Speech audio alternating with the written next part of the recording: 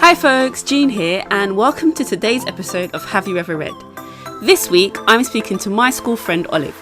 We sat down to speak about the literary classic, The Pilgrim's Progress.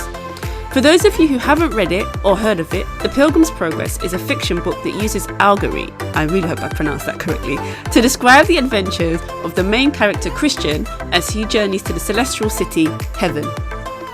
As you will hear, Olive's journey to faith is itself a bit of a pilgrim's progress and a testament of the faithfulness of God. The Pilgrim's Progress, although a fiction book, touches on all aspects of the Christian walk, both the positive and the not so positive. During our discussion, Olive and I spoke about how both of our mothers had experienced the loss of a child. We also spoke about the difficulty of losing a family member through suicide. Now, I suspect that many of us have had to face death in the last 2 years, and I hope this section of the podcast is an encouragement to you that despite your loss, there is hope in the midst of darkness. If you've never read a Christian fiction book, then I hope we are able to convince you to give one a go as you listen to Have You Ever Read The Pilgrim's Progress with my friend Olive Drury. Today I'm joined by my friend Olive. I will let Olive introduce herself to you. So Olive, do you want to tell us about yourself? Yes. Hi, I'm Olive. Yes, I'm a friend of Jean's. We went to secondary school together, a girls' school, and they were actually fun times, good times actually. For where we were. I have a friend, right? Yeah. Hopefully he's going to be listening to this podcast. He doesn't believe that I went to Charles Edward Brooke. Why? I don't know. You'd have to ask him. His name is Eric. So can you confirm? Jean went to Charles Edward Brooke's girls' school. Yes, we did. Thank you very much. I don't understand why. Exactly. Yes, I did go there. Also known as chips, eggs, and bacon. Oh, seriously. Oh, Lord have mercy. Yes. Chips, egg and bacon, and we won't go into some of the other we won't go into some of the other ones that we used. So Olive and I, as she said, we went to secondary school together, but we haven't really kept in touch as much as we would have liked to, but often I've seen Olive's posts on Facebook, and actually I've been encouraged by them, so I thought, you know what, this is somebody that would be worth speaking to on this podcast, and so I invited her on. So Olive, what is it that you do in life generally now? So I am a mother of 2 boys, 9 and 11.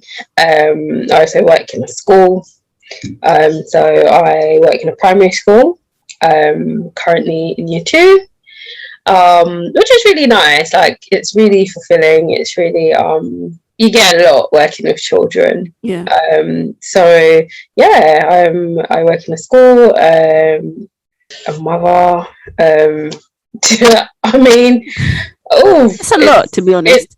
I think it is. I'm like, what else am I? It's a lot. It's a lot in itself. I think people often, now people are becoming more aware, but the role of a mother is actually quite significant, and sometimes our society makes us underplay its significance. And we know that children are a gift from God. And we also know that it is through children that Satan's head will be crushed. So I personally think that part of the underplaying of it in society is one of the enemy's fools. Absolutely, 100%. Yeah, definitely. That's how it is going to be crushed. So that is absolutely true. Yeah. So just what you want to tell us a bit about your salvation story and the type of church that you go to now? Yeah. So I think with me, it's really like one where, when I was younger, I used to go to the Tabernacle, like in Elephant and Castle. Okay, yeah. So I used to go to the Sunday school there. We used to get picked up for the Sunday school, and then like the Tuesday meetings as well. But actually, while I was there, like, it really like got me thinking. I've always sort of like been thinking about the things of God Right. But at the same time, when you're young, you kind of just want to have fun. You want to you want to be a child. You want to do what everybody else does. But in any case, I think I was like literally always just fighting between like being in the world and like living my life for Christ. And I remember, I think it was called Lighthouse. Funny enough, my friend, which we also like went to school with, Manuela. Okay. We were like happened to be in the park on a bench, and a guy, Marlon, came, and he was like just talking to us about Christ. He took our numbers, and we took his. But yeah, no, he actually approached us. Amazing. Wow. And again, like, yeah, so he was just like telling us about Christ, and took our numbers, gave us his, and literally I think months and months and months must have passed. Yeah. And again, at the back of my mind, there's always like this fight I feel going on, and so I was like, you know what, let me give him a call just randomly. And then so he invited me to church, and I went to church, and honestly, like now when I reflect back on it, it's like, when the story of like when the shepherd goes out to find like the one lost sheep. Yeah. Literally, when I went to church, that's what it was like. Like, he told everyone about like how, I guess he evangelized years ago. Yeah. Not years, months at the time. And like, he gets this call, and it's like, which is quite nice, do you know what I mean? Because it's like at the same time, I believe God plants people within your story. Yeah. Like, it's never wasted. So he might be thinking like, oh, like, did I help to save that life or not? Yeah. But no, it's never wasted, I believe. We were clearly planted there that day. He was clearly planted there that day for a reason. Went to church, absolutely lovely, loved everything about it. I remember going up when they did the like call for like giving your life to Christ. I did go up. So yeah, I don't believe I went back. So, there I go, just back by myself again. Just, journeying along this life. And then I remember like I'd literally be by myself asking God different questions. I'd be sitting in my room just thinking, God, how do I know what's the right church for me? There's so many different kinds of like denominations within like Christianity. Just asking lots of different questions. And I was just like, but even with that, what if like, as I'm getting older, like my partner is a different denomination to me, and like beliefs are like slightly like different and stuff like that. So I had all these questions that I was asking, and I think God is so faithful that as you progress and walk through life, he will always you will get your answers to your questions. It might not be straight away, but you will. And I also remember, I think I was either about 13 or 14, and I literally remember sitting in my bed, and like in a sense it was like a burden on my heart, because I just remember being like thinking to myself like, God, I really want to live my life for you, but, and I literally remember saying this to God, and I said, and I literally said, give me 10 years. I literally said to God, I literally did. I can't remember. I must have been about 14. I said, Lord, give me 10 years and I will give my life to you. And obviously, when you're that young, there's so many things you don't understand and know. And I think now when I reflect on it even more, I understand then that even though it's like, why should God do that for you? But it was like, actually, at that point, I was making a covenant with God. Right. Not understanding that at the time. But yeah, fast forward 10 years later, and I didn't actually realize this at the time, but when I was 24, that's when like I gave my life to Christ. Okay. Didn't remember anything about what I said to God or whatever. I just remember like my partner came back from Sierra Leone at the time, and he was just like really on fire for God, on fire for God. And you know, and I started thinking to myself like, oh my gosh, like the question I had years ago about, oh, like what if my partner's, you know, not like, at the time I wouldn't say we were saved. So I literally had just had my son, and we wasn't like really saved. But basically, God was working on both of you at the same time. Right. So then it just so happened that we were like, so then we were just like on this journey where it was like literally watching like the Christian channels and watching the preaching. We didn't actually have a church we were going to at the time. And then like I saw this this pastor preaching on one of the channels, and actually it was in Elephant Castle. So I said, and I literally just said to my partner like, right, we're going out on Sunday. And he was like, okay, where are we going? And I'm like, we're going to church. And it was like, literally, we just went to church. And it was Elephant Castle. So it's like, it wasn't too far. It was local. Went there, like instantly just felt like, oh, like it was, you know. It felt like home. Yeah, it felt good. And then having said that, I then wasn't really going as frequently. He then was like going more frequently than me. Literally to the point where like, they probably thought he was single. But then obviously I started like going, and after a few times and like really listening, and it was one of the first times where I'd like listened to somebody preaching and I actually understood, because that's one of the other things that was difficult for me.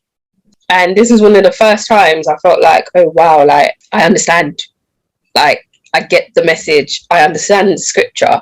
And you know, I literally remember like one of the calls again to give your life to Christ, and I had to get up, even though like years ago I gave my life to Christ, but not really, because I was still living a worldly life. I literally had to get up, and I just remember like I couldn't stop crying.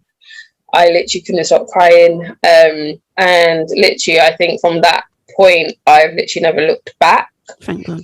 So like even though like I now go to a different church, but you know, I'm so thankful to God for like his faithfulness. Yeah, that's what I was thinking.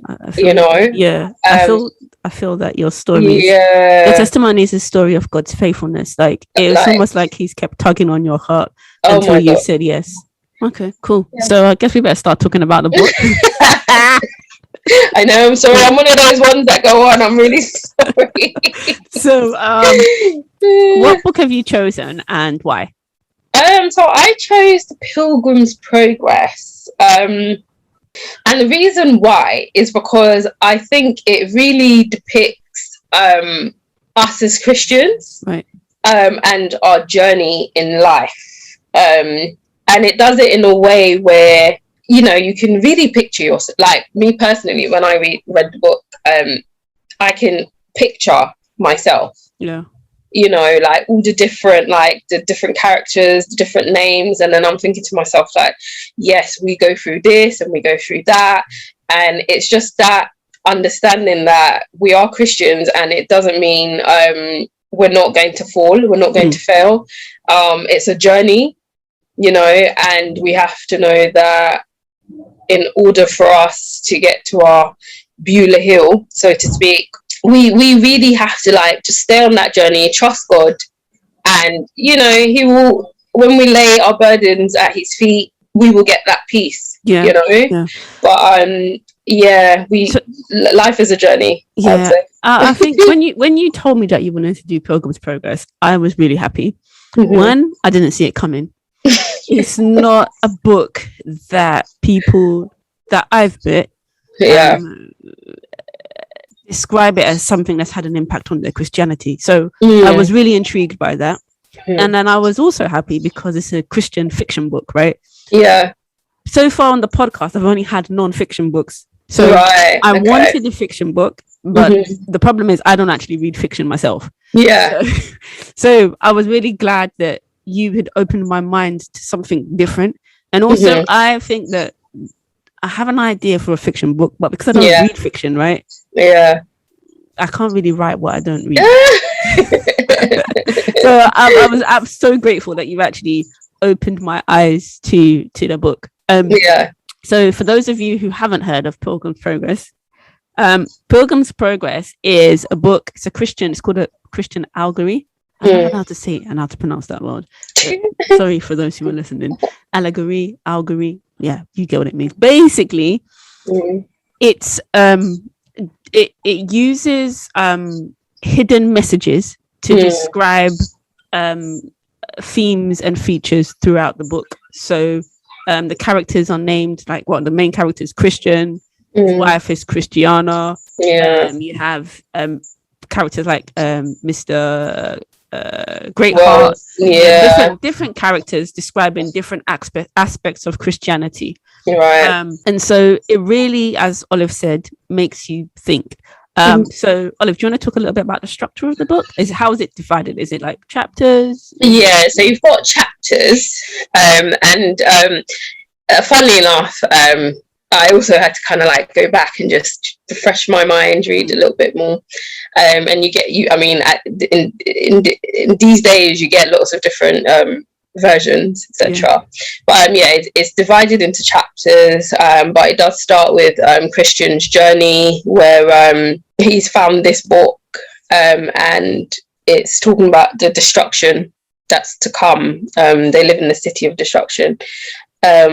This destruction that's to come, and he's really burdened in his heart, but at the same time he's read also about this great celestial city, and where like the leader is like just amazing, basically, compared to like how they're living now.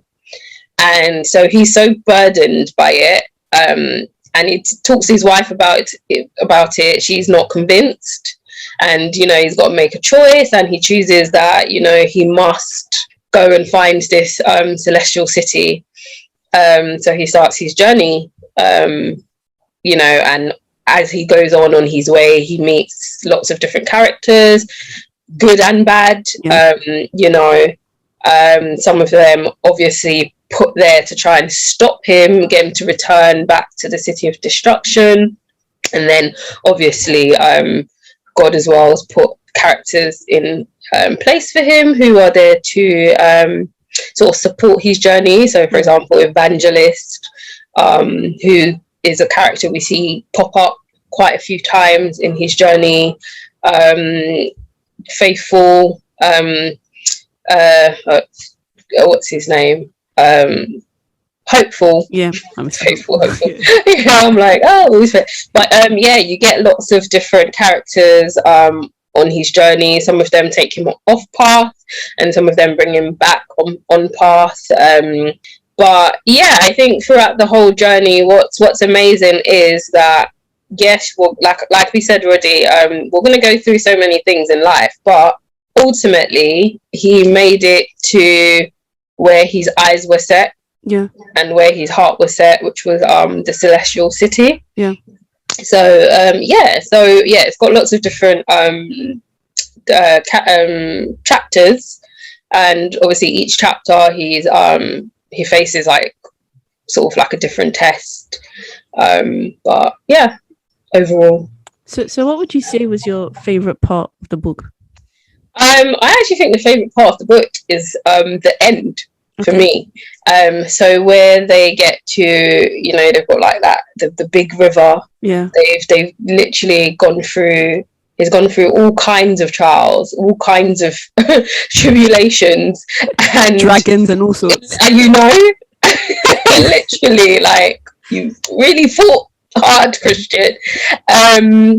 And he gets to this river, he's with Hopeful, and he's thinking like, oh, okay, I can see like the city in the distance, but it doesn't look like there's any way to get to the city except that we go through it.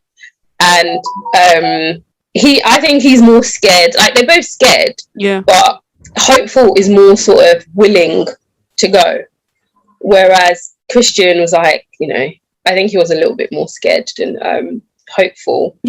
And one part in the book where it said basically it's going to be as shallow or as deep as your faith. It's about your faith. Yeah. As shallow as deep as your faith. If you believe, if you have the faith, then the cross will be, you know, it won't be as turbulent. But if you, which is normal, because actually I think that the river in itself represents death. Yeah. And it's that, you know, I think even as Christians sometimes we are scared of death. You know, but I think we need to get ourselves into that mind frame of death in this life that we are is something that we're all going to have to go through. You know, even earlier on in the book, you see Faithful is burnt, he's killed. So you might not be old, so to speak, when you go. You know, even we know as Christians as well, we will go through persecution.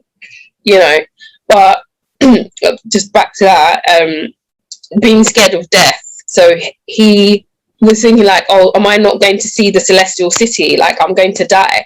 But it's understanding, I think, that, and that this is why it's just, you know, it's so profound to me, just understanding that in order for us to see the celestial city, we literally have to allow this physical, you know, body, this mortal body to die. And, you know, be able to put on like the incorruptible body that we get when we die. And actually we're not really dying, we're rising again into like an incorruptible body, a body that won't die, a body that, you know, there's nothing about it that's worldly.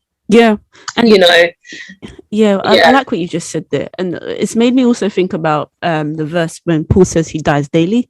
So apart from just thinking about using the river in the book to signify just actual death, because that is actually what the book is talking about, but it also brings up that the daily dying, right? So what you said can apply to any challenge that we go through every day, right? A lot of the time we don't want to die to our flesh and to our feelings. That is very true. Because we're afraid. But as you're saying, if we actually do die to it, we get this new incorruptible body, which is different. So a lot of the time we don't see the promise that we're looking for, as in this case, the celestial city, as the book says. Or like this promise that we're expecting to God, because we're not willing to cross that river and die. So exactly. No, that's so true. Going back to, so I was going to say my favorite part of the book. So I don't know the edition that you read, but the edition that I had, right, it was divided into 3 parts. So there was an introduction by the author John Bunyan, and then there was part 1 that you're talking about with Christian's story, and then part 2 was Christiana's story, right? So what was most interesting for me actually in the book, my favorite part was actually the introduction, because I write books, right? And one of the things that John Bunyan kept saying throughout was, I don't know if I should be releasing this book. I don't know if this is good enough, because people say that you should just stick to the scriptures as they are. Why are you bringing about, you know, making a story? The Bible has already been written. His point was, do you know what? If some people can understand Christianity or Christ more, I'm going to write this.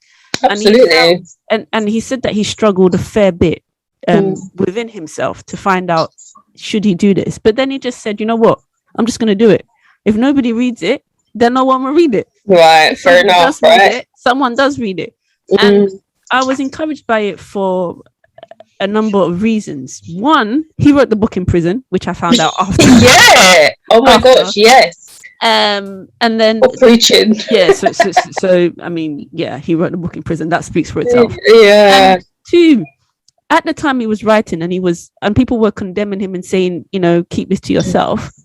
No one knew that actually this was going to be the book that people would describe as like the first novel ever in English language. So this book, Pilgrim's Progress, for those of you that don't know, is not only significant in Christianity, it's written in the 1600s, I think. It is. But it's also significant for the whole of English literature. It is seen as the first English novel ever written. It's actually known as apart from the Bible, it's the best, most read book, most, like, literally.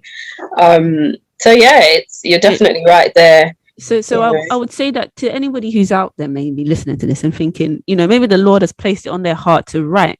We don't really know where our writing's going to go. Maybe no one's going to read it in our lifetime, but we don't know how long the earth is going to go on for. Exactly. And my understanding is with this book, it was printed after maybe 7 years after he came out of prison. And then subsequent to that, it's been produced or edited like thousands, hundreds of thousands of times in so many different versions, languages, different versions, and it's very significant. Many great writers, C.S. Lewis, and writers of his kind have said that this book influenced their writing. So absolutely, often we never know what the Lord is going to do with our work, so we should just give it a go. And then I did recently from my quiet time. I'm going off topic, but I was really encouraged by this. Luke chapter 1, verse 1. Yeah. When Luke is saying to that he's to Theophilus, I never know how to say his name either. Sorry. Luke is saying that he read and spoke to people using different sources, and then he determined which of the sources was correct and included that information in his gospel. Yeah. And what resonated with me is that we don't know all of the written sources, the names of the written sources, but what we do know is the stories that are in Luke, but they're not in John, they're not in Mark, they're not in Matthew. So imagine if the person who wrote down the parable of the lost coin never wrote the parable of the lost coin, we wouldn't have it, even though we don't know who the author is. So I guess the point is, for those of us that write or do anything, like if the Lord has placed it in your heart, just do it. Just literally. I don't know where it's going to end up. And it's a good point you made when you said, like, he didn't know, like, like in terms of there's already the Bible, like, why should he write this story? Like, what if it helps a Christian? And I think what this Pilgrim's Progress does actually is that it breaks it down for you in a way that you understand. What John Bunyan did here with this book is he genuinely took the word of God and put it in a way that we can understand in terms of like our walk with Christ and what that looks like, because I think, like I was saying earlier on, different people have different ideas of what it means to be a Christian, I think sometimes. And it really, for me, like I said, I could literally see myself in this, and it just depicted so clearly for me, like, yes, we're going to like go through trials and tribulations. Nobody said that a Christian is perfect, and I think it makes it feel better for you as a Christian, actually, knowing that, oh, okay, I'm not alone. This is very normal. Yeah. Like other Christians also go through this, like go through trials and tribulations, and other Christians sometimes fear, and other Christians sometimes go off, deviate from whatever they're supposed to be, the direction they're supposed to be going. And I think that's what this book did. It made it clear that this is Christianity. Like, Jesus didn't say you were like everything was going to be perfect straight after. No, that's not what it says. Like, you're going to continue to have that journey of trials and tribulations, because one thing that I always think of as well is I always think to myself, the devil's not that bothered with unbelievers, because once you're in that state of like unbelief, you're his, so to speak. But when somebody gets saved or like they're going towards that direction, that's why the devil, like you might find actually sometimes the people that go through the most in life are Christians, are believers. They go through so many trials and tribulations. Why? Because the devil wants us to turn around and say, where are you, God? Like, if you are real, why you let me go through this? But I think in all things, God has never told us that we're not going to go through things. In fact, it says in the Bible, yea, though I walk through the valley of the shadow of death. So that's telling us that we're going to go through a lot of things. Yeah. But don't fear, because God is with us. Amen. And that's what it is. We're going to go through things, but we need to understand and know that, yes, the devil's going to throw his darts, but God is actually with us. You might get a little scratch here and there, but ultimately, like, God is not going to allow the devil to have his way with you. Yeah. You know, as long as we have that faith in God. And I think it's when we place our faith in God, knowing that it's him, he's got us, you know, in all things. We're not doing it by our own strength. It's not by our might, it's by him.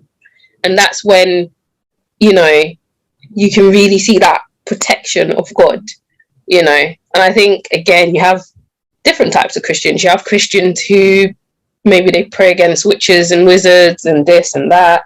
And then you have Christians who their prayer is a little bit different. It's not because they don't believe that there's witches and wizards. It's because their faith is based upon, like, I'm already covered in God. I am hidden in Christ in God, you know. Therefore, if I'm hidden in Christ in God, the devil can't touch God. So if I'm hidden in God, how can the devil touch me? He can but try, but he cannot touch me, you know. And yes, he's going to throw this and throw that at you, you know, but it's just knowing ultimately that in all things, you know, like God says in his word, whatever happens to us, it's not, he's going to turn it around for our good. Like, he doesn't use anything to harm us. Everything he has for us is for our good and to prosper us. You said a lot there. I mean, and a lot of what you said is actually covered in the book. So you mentioned the valley of the shadow of death. That's actually covered in the book. And Christian goes through that and is actually attacked by the devil. I know.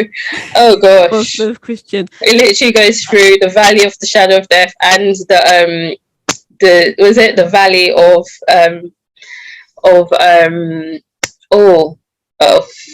not shame. I forgot the name. But you know, valleys. He goes through valleys. He goes through some stuff. Yeah, he does go through valleys. And one of the things that you said, so like I said earlier, the book is divided into two parts. So you get Christian's journey, and then Christian dies and then goes to heaven. And then his wife, who didn't originally follow him, goes on her own separate journey. And she also goes through, her and her children also go through the valley of the shadow of death. What's different for them from Christian is they didn't believe the attack from the enemy. So Christian, although he overcame, he fought the devil. He used he used his sword to overcome the devil, the dragon. As you said, the Christiana and her children were able to go through the valley with less turmoil. Yeah, that's the word. Partly because they understood and believed that although the enemy is throwing stuff at us, this is a distraction. It's not actually real. That we just plow through the valley of the shadow of death, everything will be all right. And they had a guide who was there with them. I think it was Mr. Greatheart. He was throughout their journey. He was saying to them that, look, guys, this is where Christian went wrong. This is where Jack went wrong. There was no Jack, but I can't remember the name of these characters. This is where this person went wrong. And look over there. It looks like it's a deep ditch, but it's not really. It's actually quite shallow. Just put your head down and go through. And so when you said that there are Christians who believe that they are hidden Christ, which is true, I think it resonated with me because it reminded me of the book, right? That actually, yes, the enemy is going to throw things at us, but it's our perception which allows us to either make these darts, as it were, bigger than they actually are. Whether or not we're going to believe that we are hidden Christ and that he can't touch us, or we're going to say, oh no, I can't give up, the enemy's thrown something. What should I do? Oh no. And then sometimes instead of resting or hiding under the shadow of God, we have to step out. And then that's when the enemy try to do it ourselves. And I love that you mentioned like the journey of like Christiana and her like the family, the children, because actually I think in our walk with Christ as well, when you have somebody who's already gone ahead of you, who is like already like a very strong devout Christian, and literally what you said about like, if you're humble enough and you listen to like their teachings, or like they tell you about their past and what they've gone through, and you can understand. So like I think you mentioned something that I wanted to go back to. You mentioned about Christian, and the fact that he went before them. So in part 1, he did his journey, and then in part 2, Christiana and his children and her children and a whole group of other people were followed. Now, you know, what you said, actually something I was thinking about at part 1 of the book, right? To be honest with you, I actually hated it. I found it to be a bit whiny. I was like, okay, this guy, he decided to go on this journey. Why is he complaining? Can he get a grip? He's either going forward or he's going back. It was a bit much for me. Like it was long-winded. And then when I read part 2, I understood it all. Because what happens is every time that they go through the same challenge as he did, there is someone telling them about how he overcame. And what actually really resonated with me is that a lot of the time when we're looking at people that have gone before us, we don't actually accept or recognize that they actually were a bit of a mess along the journey. So even as we are messes, it's really not that deep. Like the key is to just continue. I mean, Christian's story testimonies. Christian's story became a revelation to everybody, literally because he made it to the end. That is it. So you hear it's so fascinating in the book. You get he meets one person, and there's a lot of complaining, and the person encourages him, and then he continues. Like maybe the interpreter, then he continues. And when Christiana meets that person, the interpreter, for example, is like, wow, fantastic, you're his wife, we can't believe it, come in, stay with us. It's a bit of a different it's like, Christian, you needed a lot of our help, but then it's like you know, like, oh, actually, you know, I guess like when we think of it in a real life situation, like it's anyone that we know who comes to Christ, basically. And you're like, whoa, like when you really see that change in that person. So then let's say like 2 friends, and the one has gone ahead and given their life to Christ, and you as the other party can really see that change in them. So when you make that decision to give your life to Christ, I think actually thinking about it, it does make it a bit easier. In the sense, like, you've watched their journey. It's not that because it was easy, but you've seen that through everything they went through, God was actually still with them, and they made it through. And I think that gives you the hope in the sense of you know, like, oh, what they went through was really bad, but look at them. Do you know what I mean?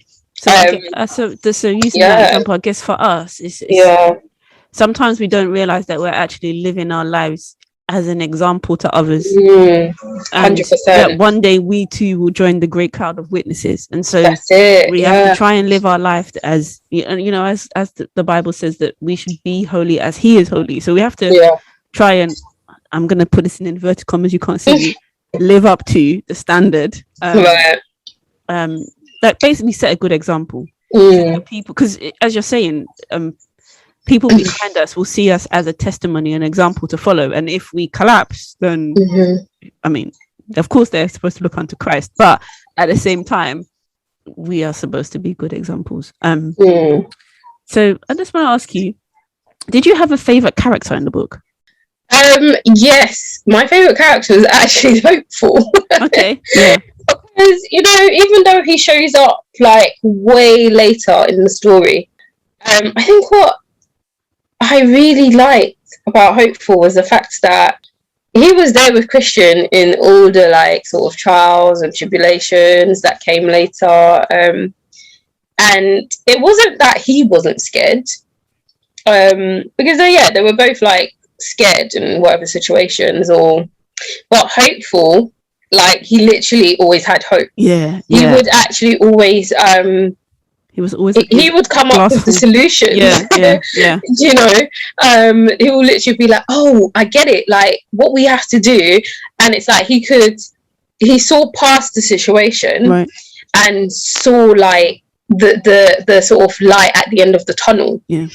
And you know, I think that he was just like the perfect companion for Christian to finish his journey with, in the sense, like, you know, he was literally there. He was almost sort of helping him, cheering him on. Like when Christian was like, maybe you probably like looks like he wanted to give up. It's like just in that moment, you know, Hopeful was like, oh yeah, you know, like this is what we need to do, like.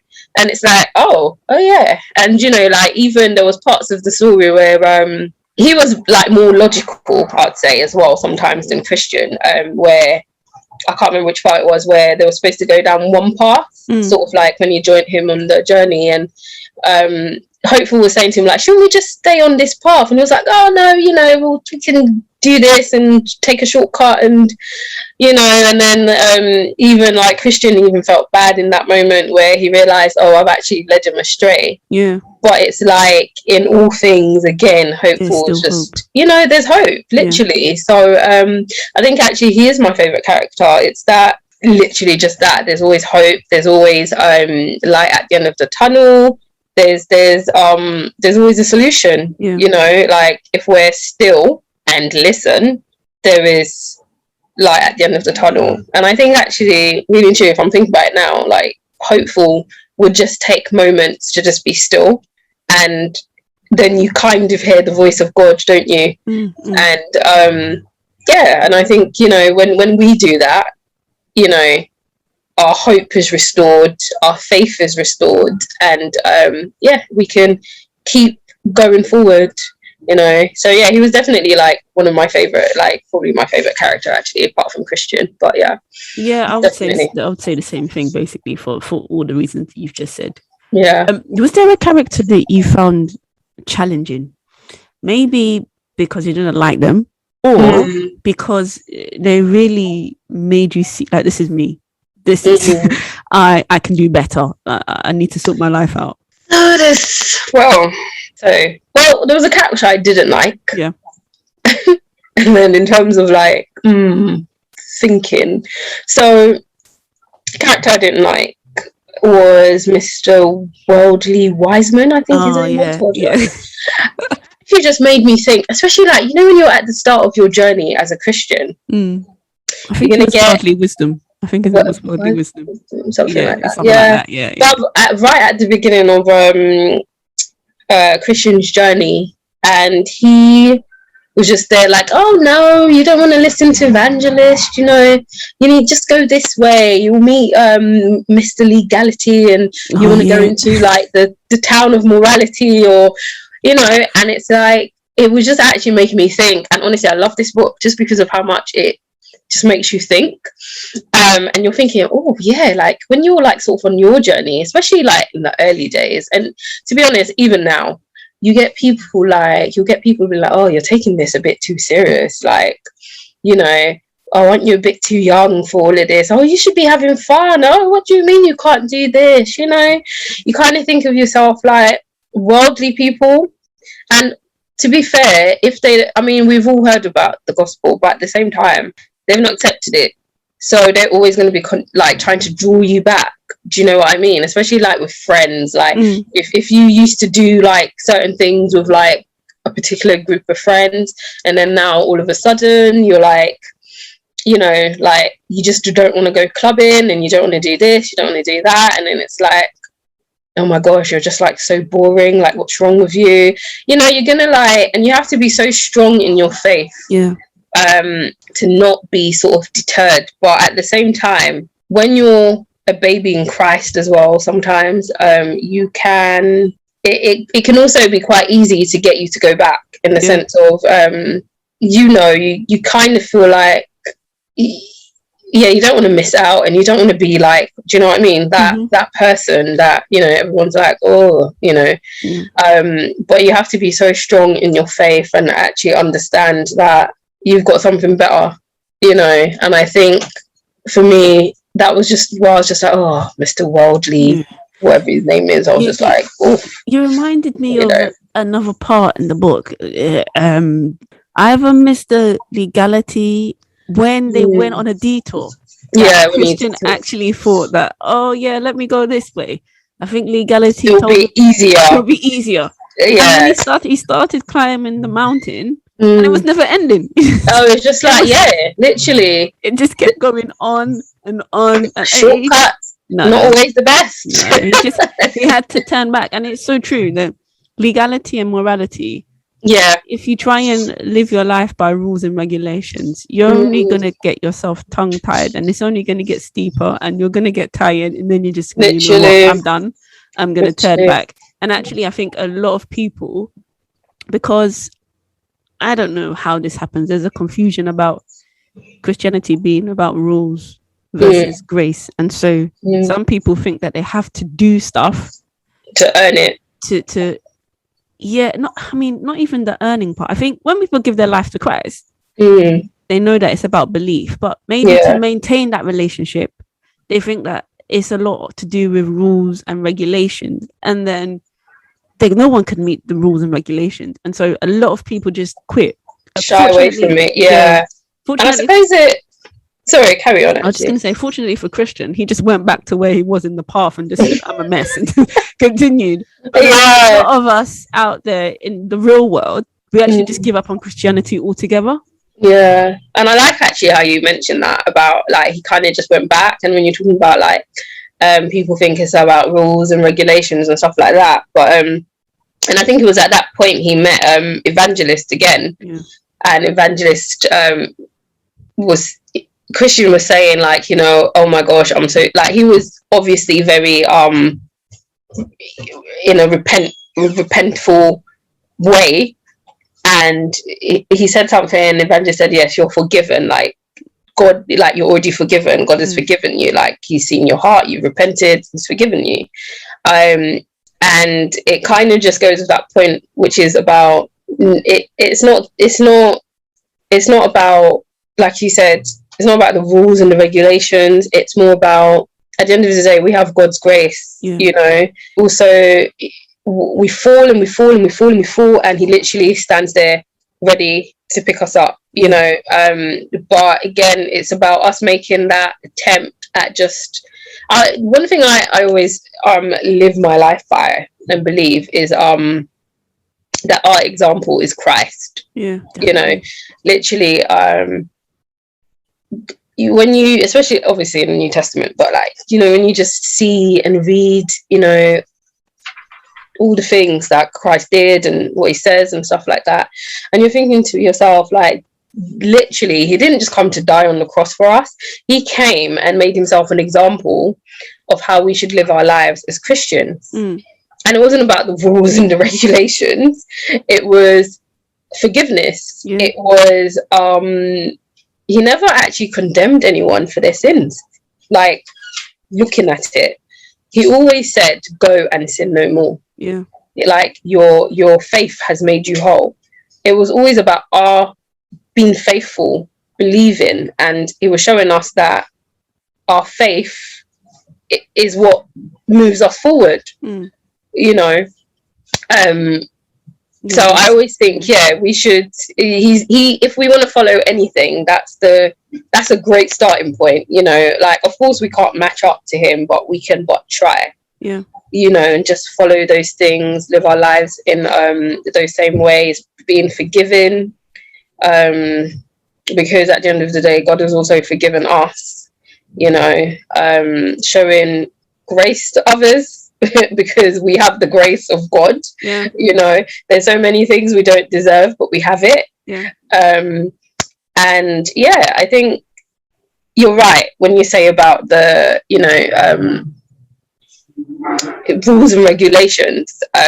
People think like, oh, like, you literally have to follow this and follow that, and if you don't, basically you're just going to hell. And it's kind of like, oh my gosh, like, who, like, I mean, everybody breaks rules at some point, right? But not understanding, it's more about the way we live our lives. You know, which is like, again, you do need like a really good sort of family of Christians around you to help you understand that as well. Yeah, we I need a think. guide. Like, Yeah, definitely. as the book says that for both Christiana and Christian, both of them had guides Mm-hmm. who had either encountered other people and Mm-hmm. knew what was going on, or no, actually, both of them were connected to Christ, connected to the one who had sent them.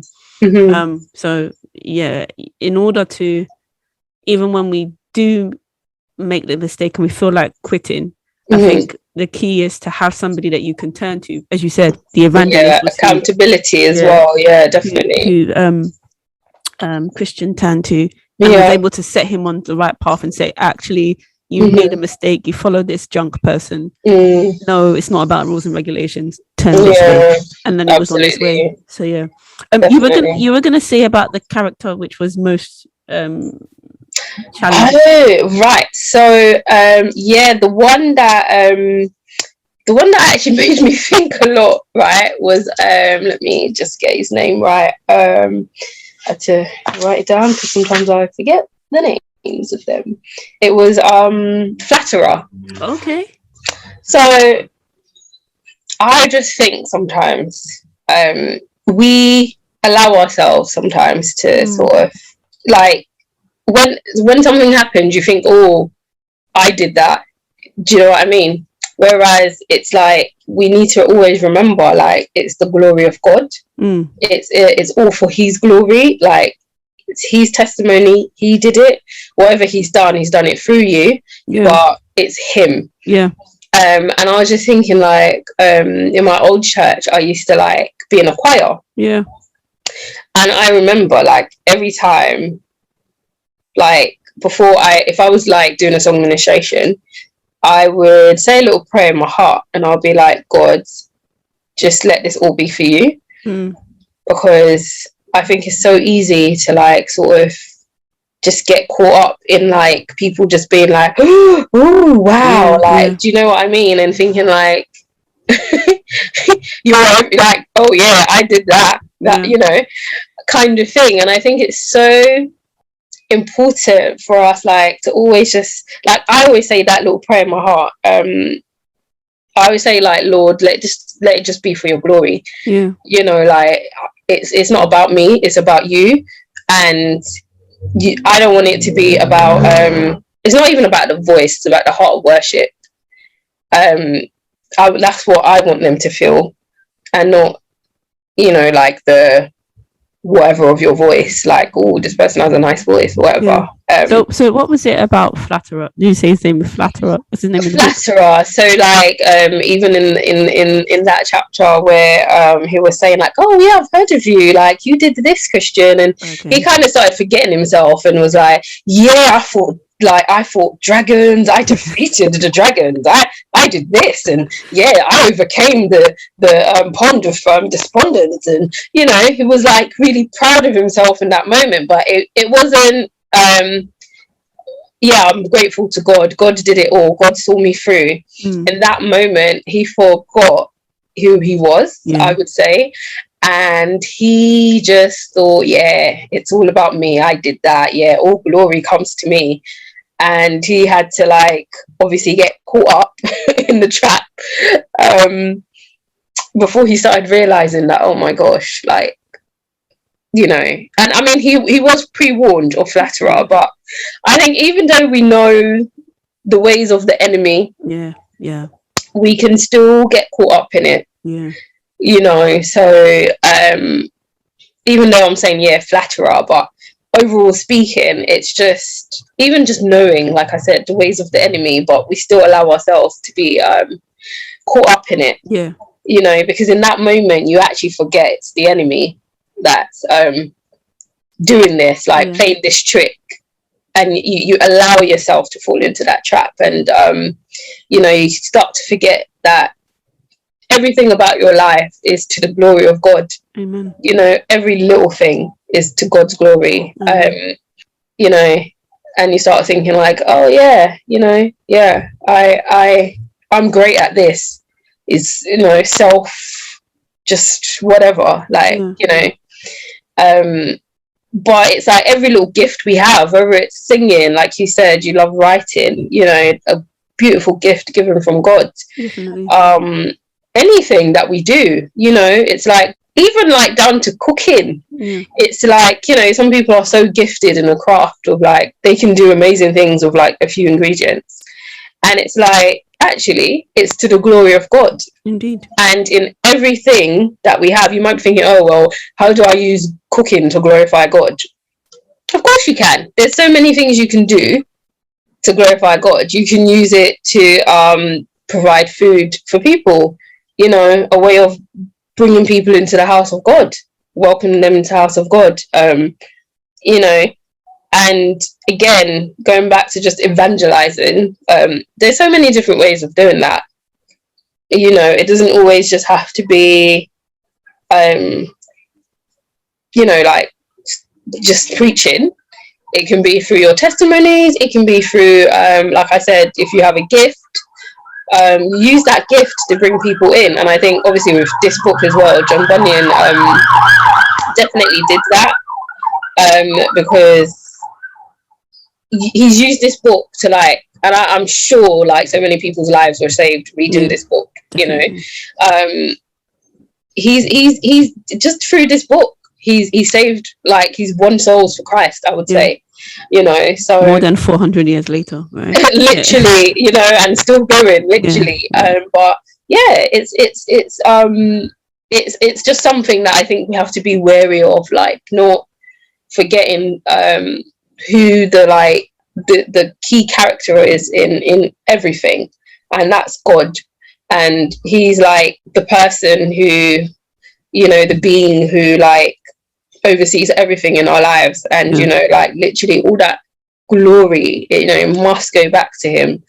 So yeah, no, it just made me think, it just kind of made me think of like when I think I was kind of just aware of like the fact of not getting caught up in like, it being about like me, my voice, my whatever, and just knowing that, what, Lord, as I lead this administration, just let it be about like the heart of worship. I want people to like truly like register with the heart of worship, and it shouldn't be about the voice. It should be about like, because I always find that it's not even, for me, it's not about the voice. Like sometimes when I listen to certain people, they in terms of like what people think, they might be thinking like, oh, they that's not a great voice. But it's not about that. It goes beyond that, because when you truly worship, you connect. And I that's what I connect with, like, so sometimes I hear people, but I truly connect with what they like, the worship within them.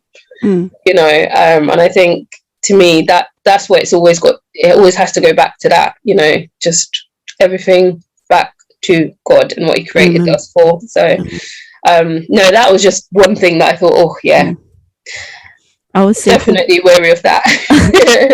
I would say for me, the character that was most, I would say, challenging, resonated, or whatever word we want to use, was Mr. Fearing. It made me realize how much fear cripples everything that we're doing. Absolutely, 100%. With him, it was quite fascinating, because it wasn't that he didn't want to do it or didn't believe that he should do it. It was more, he didn't think he could do it, which was very interesting. He went to this, what is it, pond of despondent? Despondent. Yeah. And he just couldn't go forward. But the thing that was even more bizarre is he knew he couldn't go backwards either. He knew the city of destruction was a mess. And he actually stayed at that pool for 1 month. Oh no! 1 month. And then that was just before he could even knock at the gate for them to let him go through. And when he knocked to go through, he said, no, let the others go before me. They're more worthy than I am. They're better than I.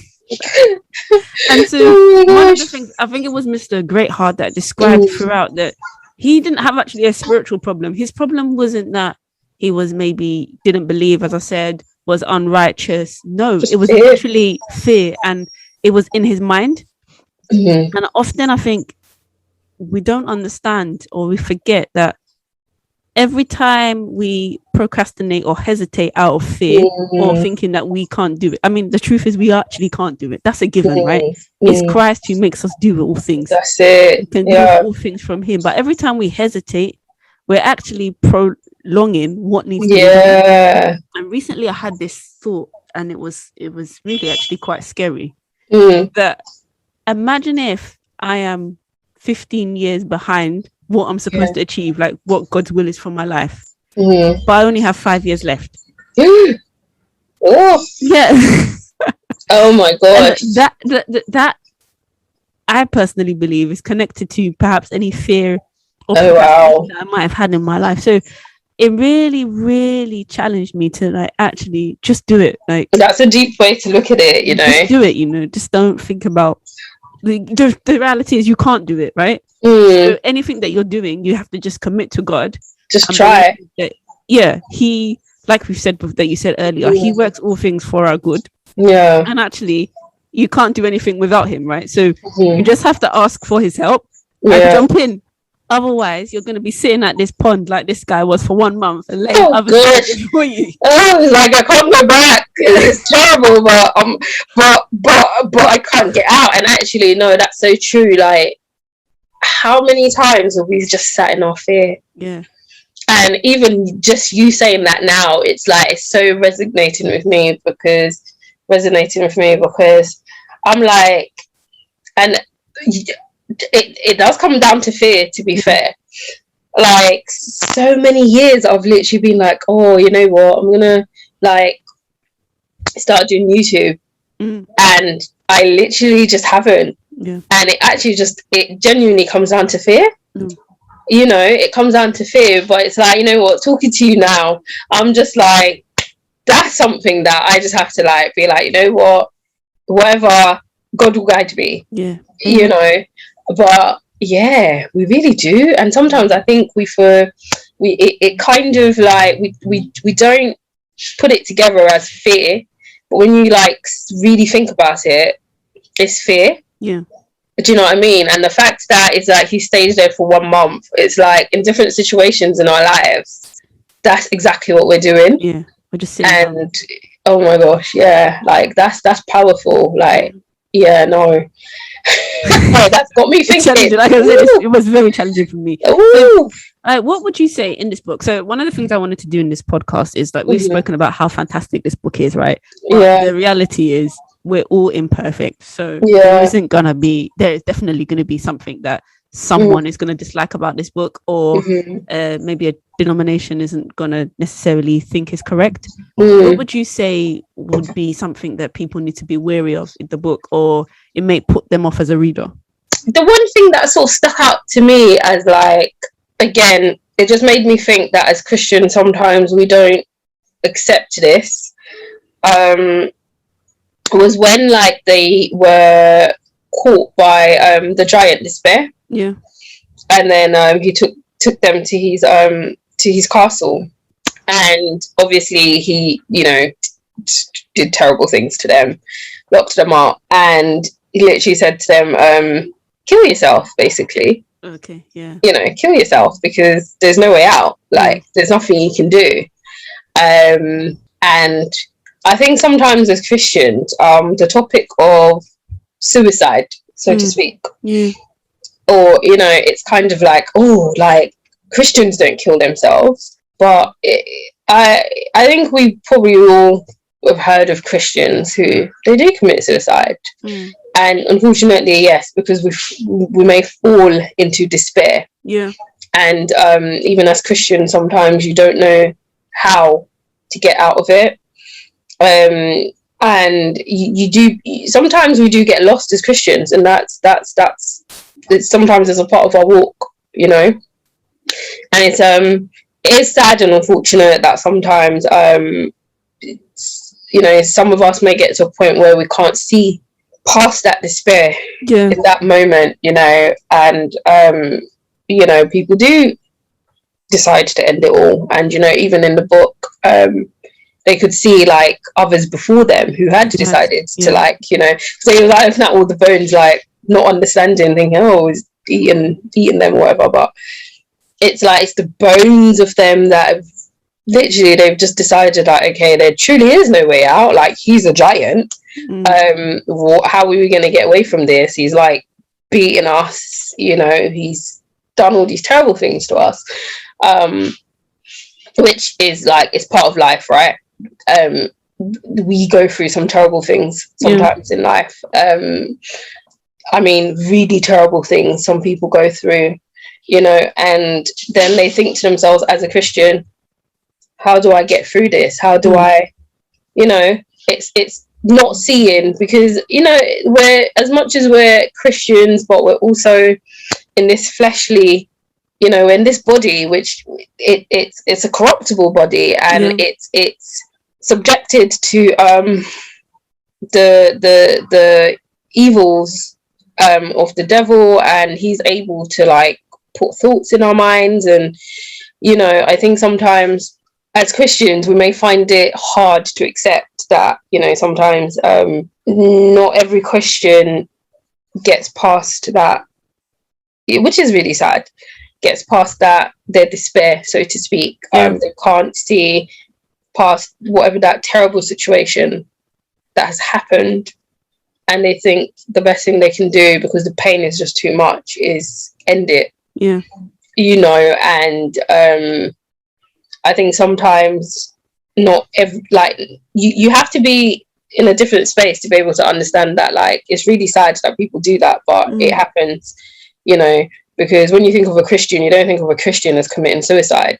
That's not something you sort of naturally associate with somebody who says, oh, I'm a Christian, you know, but it is something that it does happen. Like, I feel like even in this day and age, it does happen.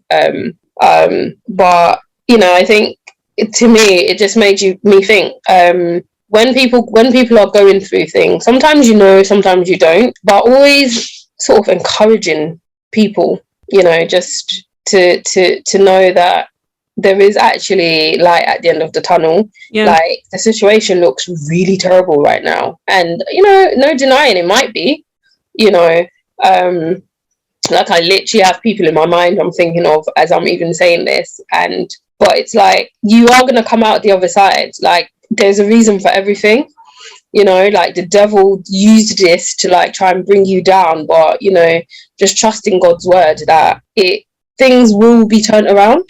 You know, like, if I use like a personal example, so in 2017 I lost one of my sisters, and obviously that it was really hard, like, for me, like, for all of us, but then it was super hard for my mum, you know.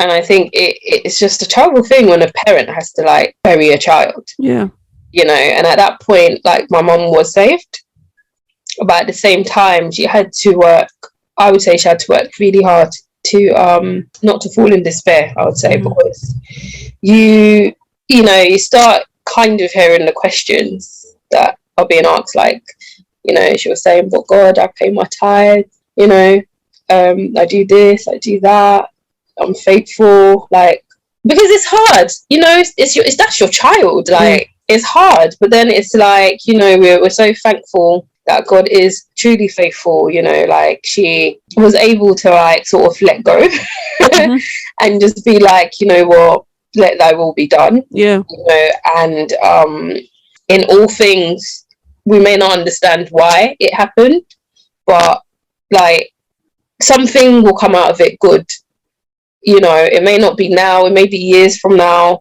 but we'll always go back to that moment, or we might remember like, oh, like, when we felt like questioning God to say why, but then you remember like that verse that came in your mind that said, God will turn every situation around for your good. And then, you know, when that actually happened, you kind of understand the plans of God, and you understand why things had to happen this way, and like, you know, so I think, like, again, with our own testimonies, we can encourage other people, you know. And I think that's where it's really, like, I think that's where testimonies are so important, as well. Like, they play a great role in like just encouraging people. You know, sometimes we do kind of keep our testimonies to ourselves, but you know, I think it really encourages people, because you never know who's going through something that you've actually gone through, or something you can actually help with, or point them in the right direction of somebody who can. But no, it got me thinking that, this is where you need your army of Christians around you, who keep you accountable, who keep you above water, because even in that situation, you could see that hopeful, he although yes, he was scared too, but he also was saying, he was like, this is what we want to do. This is exactly what he wants. Actually, he wants us to be in despair. We need to remember the Lord, and we need to, and you need people like that around you, and I think that's why when we talk about fellowship as well, it's really, really important that we fellowship with one another. And as much as I've been on this Christian journey for quite a while now, but we don't know everything. Yeah. And it's even with that, it's really quite recently that I actually found through Bible studies found a verse which because I was like, well, when people say I don't have to go to church, I was thinking, how do I debate this with them? Because because I think it's so important to provide scriptures, that support. And then came across the verse where Jesus literally said, we should fellowship, we should not, basically don't play with fellowshipping with each other, and I thought that's him commanding us right there, telling us like it's important for us to be together, to go to church. And because you are gonna even when you try to talk to people about God and whatever, you're gonna get so many arguments about it. There's a line in the book, right, where someone says there are so many strange opinions in the world, and basically that's what you get. Strange opinions. I want to say I don't know how God does this, right? But it's quite amazing. So you said a lot, right? I didn't actually think about the suicide aspect in the book. I hadn't thought of that at all. And why I'm saying that God is amazing is when you were talking, I was thinking about a lot of things. So I my brother, I'm one of the people that had a COVID death in the family during the COVID season. But it wasn't COVID. My older brother actually took his own life. Oh wow. So I have exposure to suicide. No worries. Well, by God's grace, we are doing well in the family as well. But what I was thinking as you were saying it is that one of the things that the enemy does to people who find themselves in the state where they're suicidal is he makes them think that they're the only ones. Yeah. And so he prevents them from having a conversation with somebody and being encouraged. And just even from you and I here, Olive and I have never spoken about this situation before. Literally, whoa. And the two of us have experienced the same thing. Yeah. And so one of the things I want to say to anyone out there who does have suicidal thoughts is that actually you're not alone. And as Olive has said, is that there are actually people in your life that you can actually reach out to and just speak about what you're going through. And 9 times out of 10, in fact, I want to say 10 times out of 10, but you can never be perfectly correct about anything. You're going to find someone trustworthy, maybe older than you or the same age as you, who has been through exactly what you've gone through and can say, hopeful, that there is hope, that there is light at the end of the tunnel. 100%. And even for me, as I was reflecting over my brother's life, one of the things that I realized is what he was going through was normal for his age and for his current setup, but perhaps because he didn't relate to people or have fellowship, he didn't know that. And like Olive said, there is hope.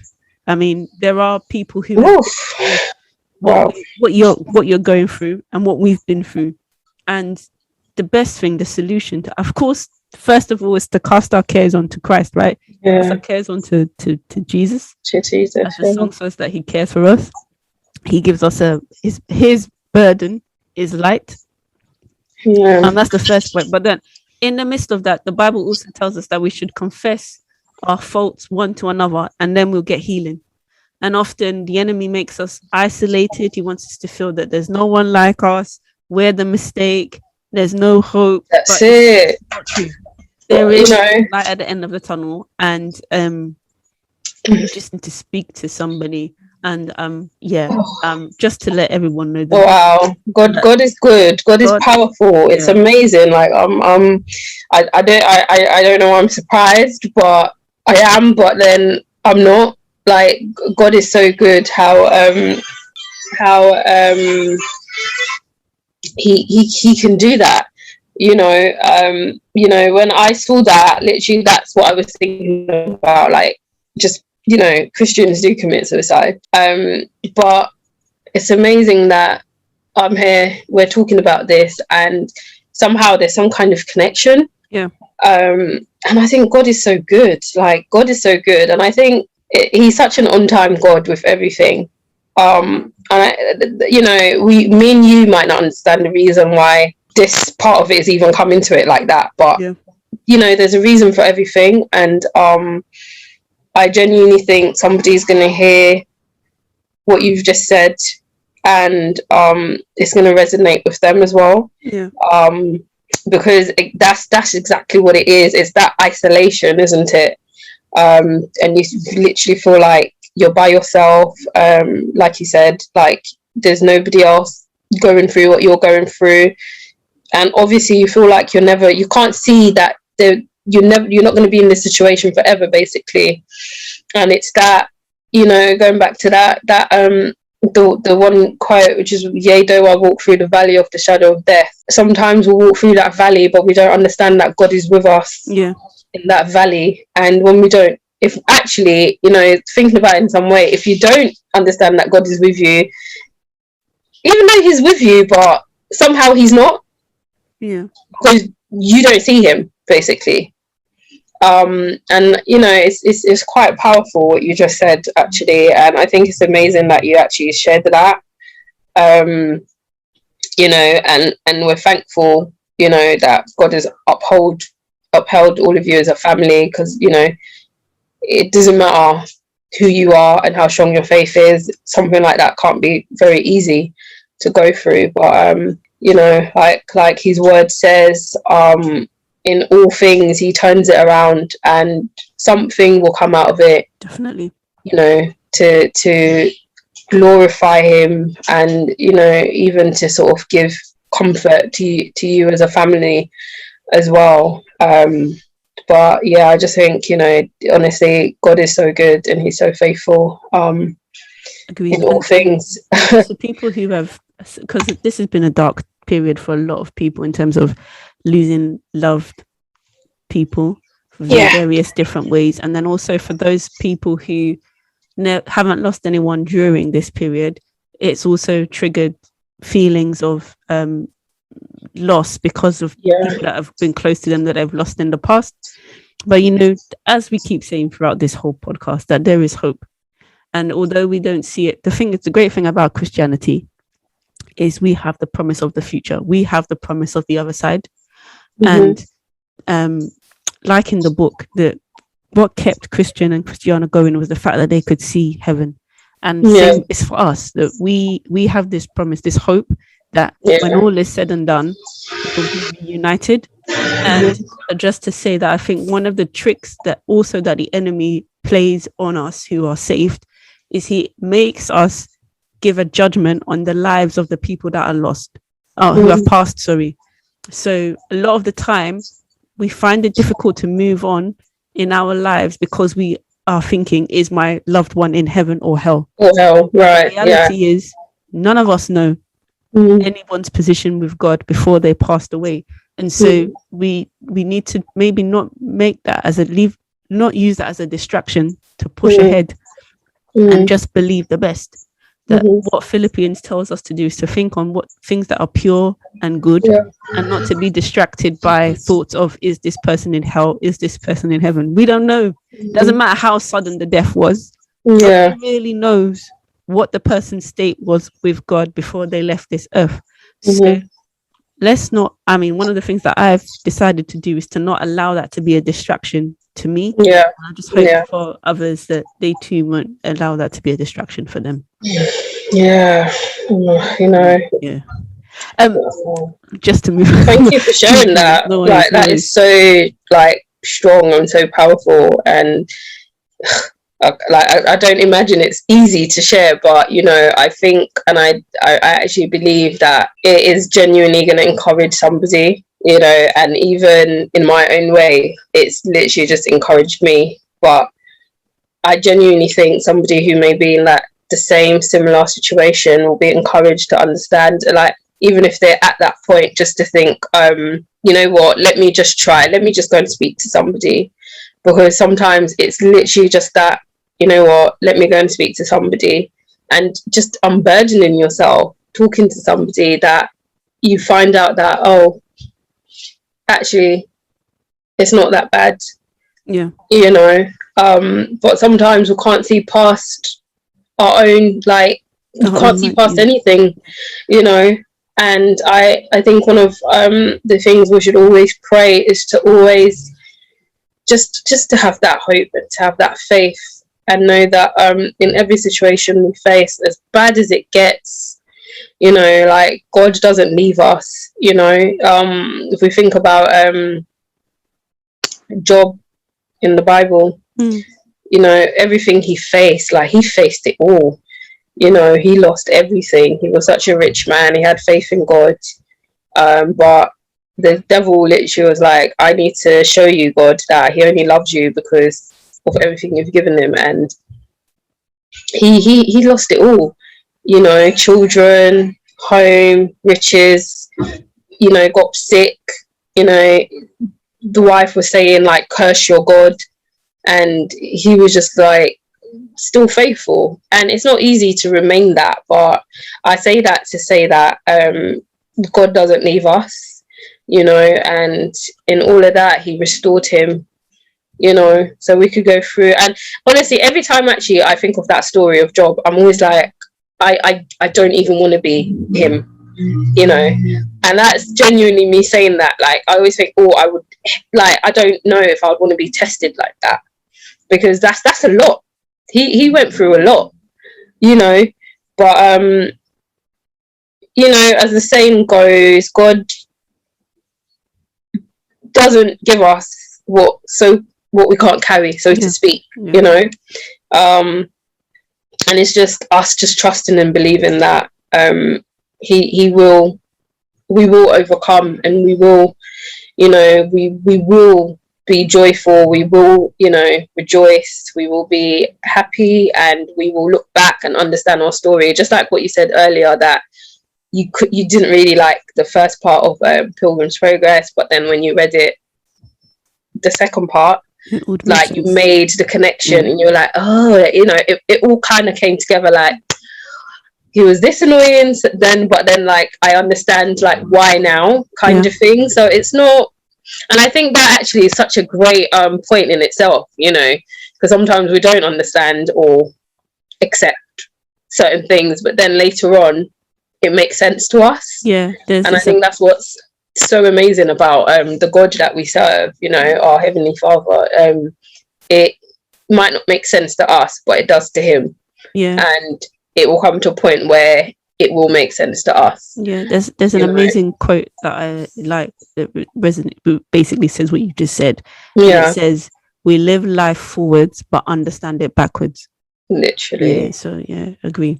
So I mean, we've spoken a lot. I mean, probably need to round that up. Oops, I'm one of those ones that took you over 2 hours, Jay.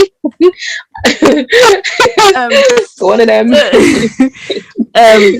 What would you, so in our final, I ask these 3 questions to everyone that comes on the podcast. So first question is, people are struggling with reading, finding time. Do you have any tips or reading habits that you can share with our audience? To me, I would say you firstly got to read what you find interesting. So even as a Christian, read about what you find interesting. So if, as a Christian, maybe you want to understand finances, find a book that speaks about that, but from a Christian perspective.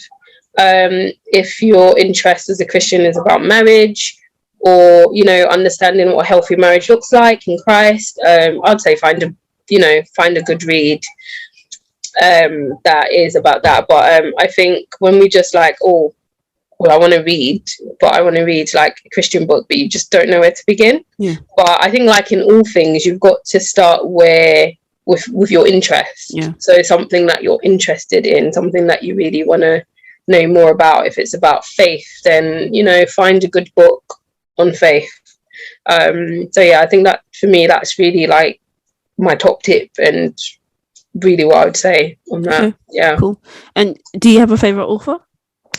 I mean, to be fair with you, really and truly, obviously John Bunyan. Like, his books are so. He's got another one called The Holy War. Yeah. And that's also such a good book. Like, again, he's got all these characters in that one. I think what it is with me is I love the analogies, and I can relate with them. So I think that's why I really, really like his books. But apart from him, like, one of my other favorite authors is the church where I go, the bishop. He's written quite a few books, and I think also I love his style of writing.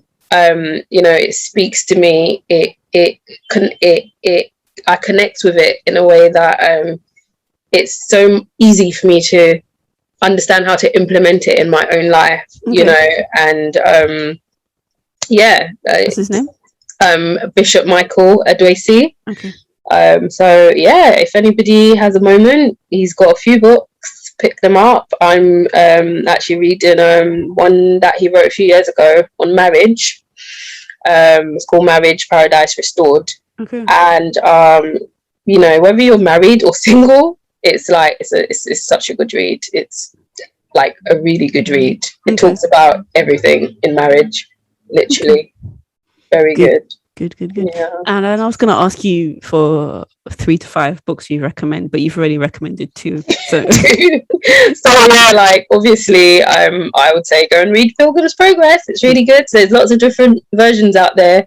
There's literally like a version where, because I think some people might find it a bit hard to read certain versions just because it's like got the old English, but you've got versions which are like just plain simple.